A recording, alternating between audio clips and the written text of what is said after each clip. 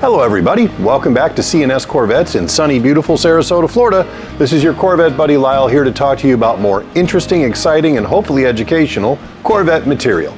Now, if you're not familiar with our channel, we make at least one video a week talking about interesting, helpful, and useful tips on Corvette buying, Corvette maintenance, and things to watch out for and to avoid, and that's particularly what we're going to be covering today.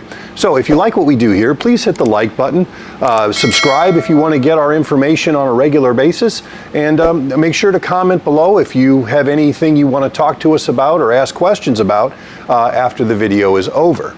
That said, today we're going to get into a very important subject: how to avoid Corvette scams.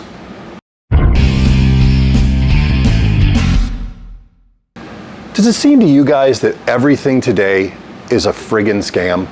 Literally every piece of junk mail I get, commercials I see, ads I see for anything, it always has that scammy tint to it. Now, some of the things are legitimate, and maybe I'm just hypersensitive because I've made so many mistakes buying things over the years that maybe weren't what they should have been. But I'm seeing in particular a lot of calls coming in from viewers like you who are looking at a particular car, and they will email me the description, the pictures, the information, the price, and say, "Hey Lyle, what do you think about this?" And just this week, I had two come in that really I feel warrants talking about this in this format to you guys. There are a lot of scams out there regarding classic cars, especially really desirable classic cars. And it's not just a simple, oh, this is on Facebook and it's not real. These organizations are actually building websites, full websites populated with all these beautiful classic cars. And if there's 40 cars on the site, the asking prices on those cars are all pretty legitimate, pretty much what you'd expect them to be. But then they have one car that is usually a Corvette where it is priced far, far, far below value. And you're like, man, that can't be right. And well, it's not, but if you don't know how to check if this organization, this website, this dealership is legitimate, you may very well fall into the trap of buying, or not buying, putting money towards something that you're never going to see and you're never going to get back. So let's talk about this a little bit. Let's assume that you're sitting there at home and you're scrolling through because you're looking for 63 to 67 Corvette. And you're looking at all the ads and this, that, and the other, and you see this ad for a 1963 Corvette. Now, this is one of the two that came in from customers for me to look at this week online. 1963 Corvette split window coupe, red, black. Now, when you talk about a desirable classic car, you're not going to find a whole lot more desirable than that, at least in the Corvette world. Now, this car was priced at $44,000 on the website, and said in the description below, it said that it had 10,032 original miles. If that car went to Mecum, if that car went to Barrett-Jackson, that car would bring a minimum of $150,000, probably considerably more if that mileage is verifiable. I had another one come in this week, 1966 silver big block Corvette coupe, 4-speed, side pipes, knockoffs, perfect condition, with only 3,020 miles on the clock for $46,450. If that car was real, it would be 165 plus anywhere. And these cars need nothing. They are fully restored, they're gorgeous, there's no questions asked. It's the deal of the century! But it's not. So when people send me these things, let me share with you what I do to sort out whether this is legitimate and somebody's just having a fire sale, which almost never happens, or if somebody is trying to get one over on you. So the first thing I do is, when these dealership websites pop up, they always provide the name or a variation of the name of an actual dealership, and the street address is always the correct address of whatever actual dealership they're cloning for this site. So let's take the '63 split window coupe, right? So I looked up that dealership online by Googling the name of the dealership. First thing I noticed in the Google information is the phone number's not the same as what's on the website, and that this little tiny dealership, here's a picture of it right here. This little tiny dealership doesn't have its own website because it's a tiny mom and pop.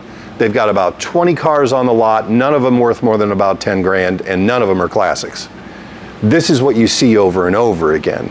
So when you see one of these ads, step one, look up the dealership on Google. Don't use any of the links on their website. Go directly to Google, look up that dealership. Second, while you're there, go open up another window, put in their address on Google, and look at the property. Does that property look like it's got $6 million worth of classic cars under one roof? First indicator that they probably don't is that the lot doesn't have a roof. It's a tiny mobile home on a dirt road with 23 1989 Hyundais on it. Oftentimes, if you scroll down on these scam sites, they'll say, check out our social media links, and there'll be a little F for Facebook.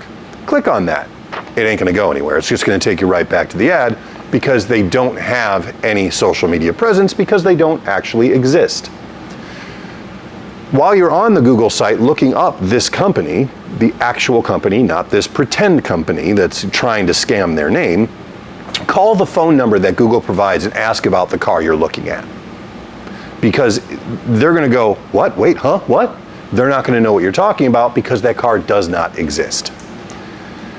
Classic cars, especially Corvettes, at priced than less than half their known value and very low miles, which I don't know why they go for the very low miles. You'd think they'd do something to make it kind of quasi-believable, but they go with like museum quality cars with 0 miles or 3,000 miles. That's a huge red flag, guys. Simply does not exist. And I've had people argue with me and over, and I send them the pictures and I send them all the information I've just provided you, and they're like, yeah, but it's a beautiful car and I really want it. And they said if I send them a deposit, it's mine. I said, oh, you can send them a deposit, but you're just never gonna see your money again. But you can lead the horse to water, but, right. One of the other things you can look for is on these websites, their verbiage, their wording, and like especially like the About Us section where it talks about their history and stuff. Read it carefully because the wording on these sites tends to be a bit off. The phraseology isn't quite right. It doesn't ring exactly like normal American speech because most of these scam sites are not US based. So they've got someone who is translating a script from Farsi or from Spanish or from whatever into English, but it's always just a little bit off, and you're gonna be like, that doesn't quite sound right. Point is, guys, do your due diligence. Review this video. Write these steps down. If you're doing this search for these kind of cars right now, write these steps down in your notebook and check them off one by one anytime you're interested in a car.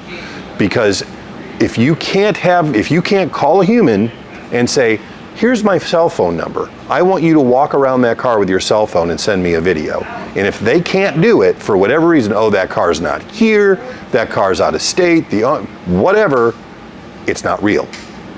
Don't trust them. And for God's sake, don't send them your money. If anything, send it to me. Thank you.